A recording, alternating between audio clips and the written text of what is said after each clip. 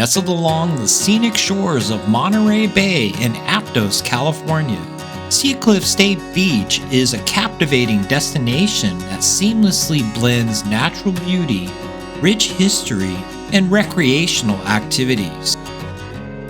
Established in 1931, this state beach has become a cherished spot for both locals and visitors seeking a tranquil coastal experience.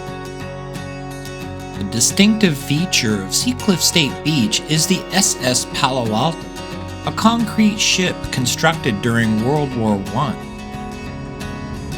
In 1930, the ship was intentionally grounded at Seacliff and transformed into an amusement center featuring a dance floor, café, heated swimming pool, and carnival booths. However, the venture was short-lived and the ship was eventually abandoned.